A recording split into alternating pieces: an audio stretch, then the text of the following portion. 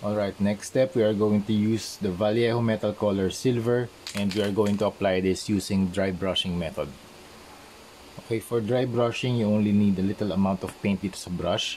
Siguro mga 15% lang. Tapos kung marami pa rin, meron kayong dinab nyo yung paint nyo or yung paintbrush nyo doon sa paint, tanggalin nyo siya using any porous material, and then saka nyo siya ipahid dito sa surface. Ngayon, pag nagpapahid na tayo dun sa surface, it is important na medyo meron tayong brush control, meaning hindi siya sobrang diin. So ang concept ng dry brushing, ano lang siya, maninipis na layer lang siya ng paint na ang dinadaanan lang niya yung mga parts na nakaangat or mas mataas kaysa dun sa ibang parts.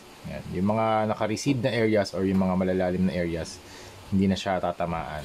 Yan. So ganyan. So pag dry brushing, nag-add tayo ng highlights, nag-add din yan ng level of weathering, and na-emphasize yung sculpt ng action figure. Yan.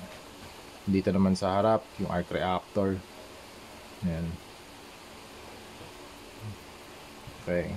Tapos dun sa may damage, pwede tayo maglagay ng mas maraming silver kasi dyan yung epicenter ng battle damage natin.